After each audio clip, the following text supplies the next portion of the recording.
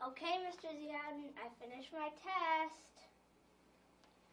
Wait a minute, you're not Mr. Ziadin. Oh well, you're probably just a sub. How come there are so many girls here? The last time I checked, there were only 3.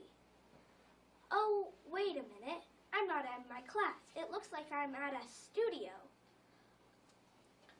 Oh well. I'm Malala Yousafzai, born on July 12th in the city of Mingora. When I was 8 or 9 years old, a group called the Taliban came to my country to take away girls' rights and power. And I did not like this, so I spoke up. Here, this is a picture of the Taliban.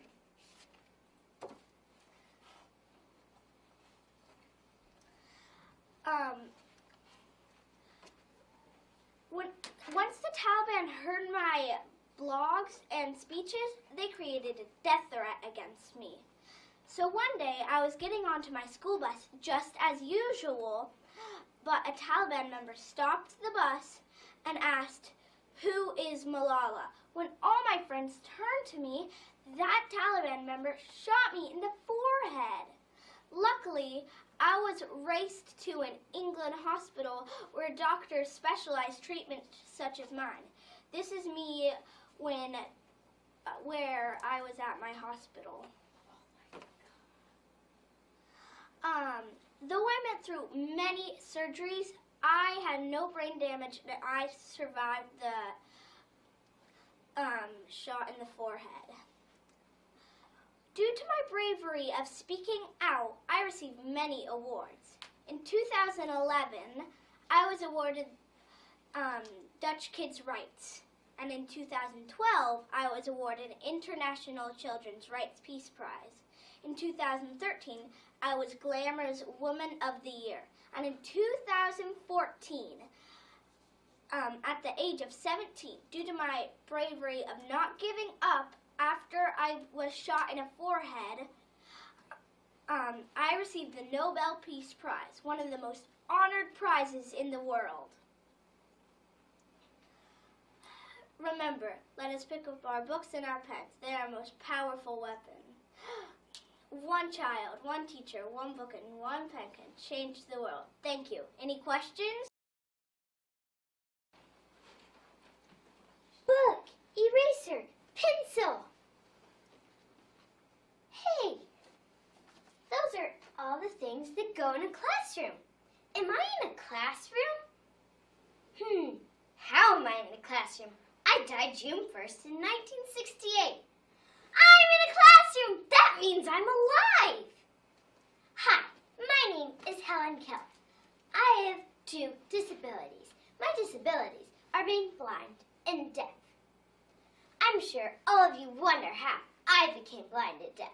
I became blind and deaf because one day I had this really bad and high fever. And after that fever had gone, my parents noticed that when the sun was in my eyes, I wouldn't even blink. Or when they would tell me something, I wouldn't respond. That's how they figured out I was blind and deaf. After that fever, my world was dark. I had no one there. And I got frustrated, and sometimes I acted like a brat. Like, I took food off people's plates, and I hit people, and maybe, just maybe, I may have locked my mom in the pantry for 3 whole hours. Yeah, that wasn't the best choice. And my parents said, we have to do something about this. So they went to Dr. Alexander Graham Bell. He said there was nothing we could do about my disabilities. But he says, there was a school called the Perkins Institute. It was for the blind. And he said this would be a good school to get her into or have someone help her. So my mom read a book about the Perkins Institute. And then my mom thought it was so good, she said, we have to get Helen into the school somehow. And so they called up the school and they talked to a teacher. And then that teacher, after a little while, sent down another teacher named Ann Sullivan. Ann Sullivan taught me how to spell, read, write, do hand signs. Let me teach you how to do what? You take these 3 fingers and you tap them on your chin. When I was 8, I went to Boston. And that's when I went to the Perkins Institute. I met other children who were just like me. And I got to go to the ocean. I loved it. I hope all of you love the ocean too. When I was 9, my goal was to talk. Even though it was quiet, it was okay. And as I got older, I could do speeches. But sometimes, well, maybe all the time, people would have to repeat my speeches. At least I could talk.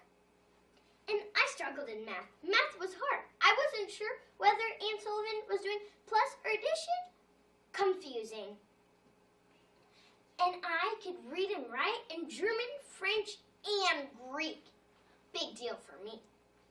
When I was 20, I went to Radcliffe College. I wrote a book in college. And then I was the first blind and deaf person to graduate American college. I'm sure there's more people who have done that now, since, we're far away now. And after I got older, people made movies about me. And I raised money for people who are just like me. I hope any of you raise money for you if you have a disability, or want to raise money for someone who has a disability. I'm famous for being blind and deaf, being able to read, write, speak, write books only in college, write books as an author all by myself, win awards, help others, be the first blind and deaf person to graduate American college. My disability didn't stop me. Why, hello there. I'm Amelia Earhart. My full name is Amelia Mary Earhart. I was born 1897, July 24th. I was born in Atchison, Kansas. I moved away with my family many times, and I made friends easily. When I was 23 years old, my father took me to an air show. I took a short ride that day. I loved it and wanted to become a pilot too. So I worked hard to earn money for lessons. My first teacher was Nora Snook. I wanted to be the first woman to fly across the Atlantic Ocean. So in 1932, I did the huge risk, and I did it all by myself. Soon in 1933, I was invited to the White House. I became friends with Eleanor Roosevelt, President Franklin Roosevelt's wife. I took Eleanor on one of my plane rides. She loved it and wanted to become a pilot too. I dreamed of flying around the world, so I bought a bigger and faster plane for that long trip. I also took Fred Noonan with me so he could tell me directions. He was a navigator. Fred and I flew for a month. We were at our final stop in 1937. We were crossing the Pacific Ocean. Suddenly, the radio of the plane had stopped. No one knew what happened, but some people say that the gas of the plane had stopped while we were flying across the Pacific Ocean. Anyways, thank you for having me. I appreciate everybody for allowing me to talk about my life. Bye. Sometimes I feel a little lonely living in my dad's office building. Oh, I didn't see you there. Well, hello. My name is Anne Frank. I was born on June 12th, 1929 in Frankfurt am Main, Germany. Well, my family wanted to move to a different place where there were no Nazis. In Germany, there were a group of Nazis led by Adolf Hitler. Hitler was a bad guy. Hitler burned down Jewish people's houses and shops. That's when my family moved to Amsterdam, Netherlands. Well, the school there wasn't very nice because they didn't allow Jewish children to go there. So I had to go to a Jewish school where only Jewish children went. I've always wanted to become an author, but I never have. One day, my sister Margaret got a call that she had to go to a concentration camp because all the girls that were 16 had to go to a concentration camp. That's when my family went hiding. I was hiding for about 2 years. When the Nazis found my family hiding in my dad's office building, my dad was sent to one concentration camp, and me, my mom, and my sister were sent to another because boys and girls couldn't go to the same concentration camp, of course. Soon I died with typhus. I died with typhus. And after I died, my dad published my diary. It was sold in over 50 different languages in over 25 million copies. Thank you. Hello, my name is Davy Crockett, King of the Wild Frontier. When I was 10 years old, my dad died. So then I went to school. But unfortunately, on my second day of school, I got in a fight with a classmate. So then I got a job, but I wasn't paid enough for it. So then I got hired by, I got a new job, and I got hired by a guy that my dad knew. So I got paid enough.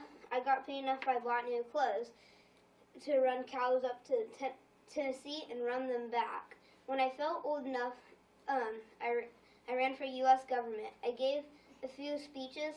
Few of them were about Betsy. Betsy was my gun, almost as much as a friend to me as my friend, or as Russell. Russell was my partner. Then the Alamo.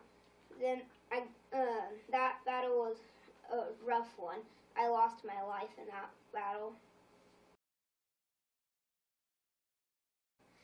Do you ever dream of flying an airplane? I have.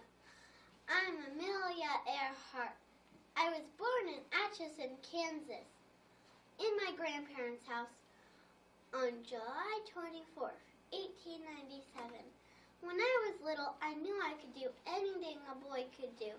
I played most sports, climbed trees, even hunt. Later, I became a nurse. I always dreamed of flying an airplane. At 23, I took my first flight, and I loved it. I earned my wings and became the first woman to fly 14,000 feet above the clouds. Sadly, my plane crashed and I was never seen again.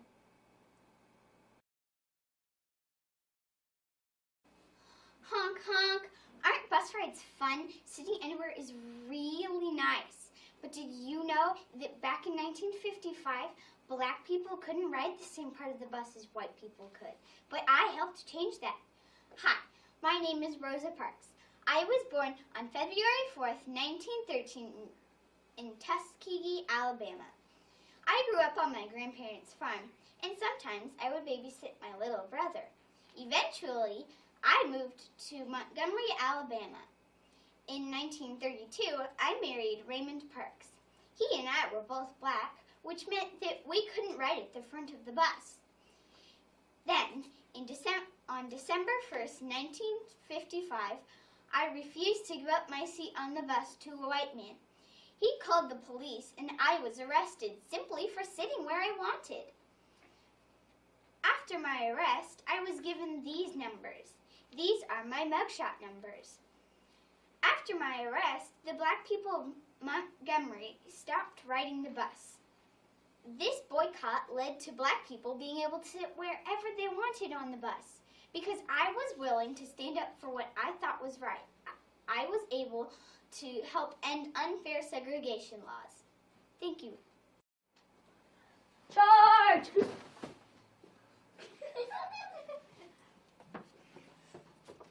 Where am I?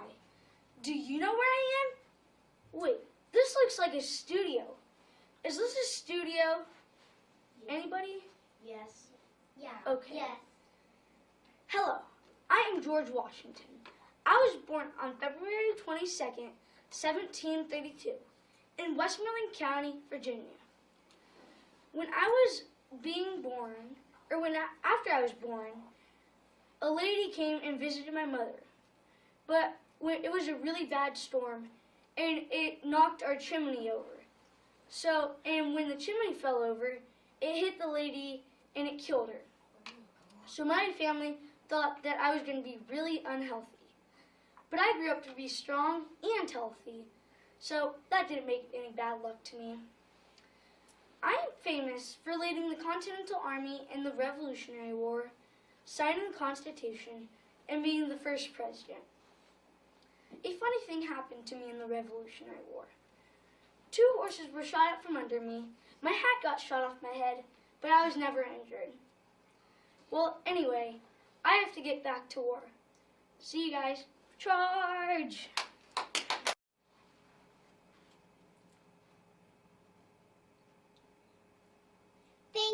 Thank you everyone for coming to see me. Oh wait, you're not the crowd here to see me perform. Let me start over. Hi, my name is Marcel Marceau. I was born in Strasbourg, France. When I was just a little boy, I performed shows for all my neighbors. I lived during a very dangerous time in the world. It was where the Nazis were trying to take over all of Europe. Some people couldn't let that stand.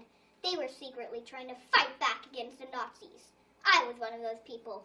I led a group of Jewish children to the Swiss border without the Nazis knowing, because I dressed them up like Boy Scouts pretending to be on their way to camp. With crayon and ink, I carefully changed children's birth dates and identities on their identity cards so that they would seem too young to go to labor camp. A sad time in my life was when the German police arrested my father and deported him to Auschwitz. I have one brother named Alan Marceau. Well, I hope you learned a lot about me. See you soon. Hi, I'm Jane Goodall. I thought I was in the jungle studying chimpanzees. That's why I'm barefoot. I bet most people have seen chimpanzees, but out in the wild. But not out in the wild, in zoos. Did you know all animals get to do in zoos is hang out in a giant cage all day and night? Animals need more space to move around. They don't have enough space in cages, but in the jungle they can go as far as they want. Growing up, my mother taught me a lot about nature. I became famous because of my interest in nature. I studied chimpanzees and I was the first person to realize that they could create and use tools the same way humans do. I loved nature so much that once when I was a child, I brought worms and dirt in our house and made a worm garden under my pillow. When my nanny found out about that, she totally freaked out. I got married to a man in 1964. I got married to a man named Hugo Van Lawick. In 1967, we had a son in 1967. His name was also Hugo, but eventually his nickname was Grub. Most of these days, I work at the Jane Goodall Institute. I started my institute in 1977. I realized that chimpanzees were in danger. They were getting taken out of the wild and humans were building where they lived. I work hard at the Jane Goodall Institute to protect chimpanzees and their habitats from being destroyed. Oh, I just forgot to mention, this is David Graybeard, the first chimpanzee I ever studied and named. You guys were a great audience, but I have to go now. Bye.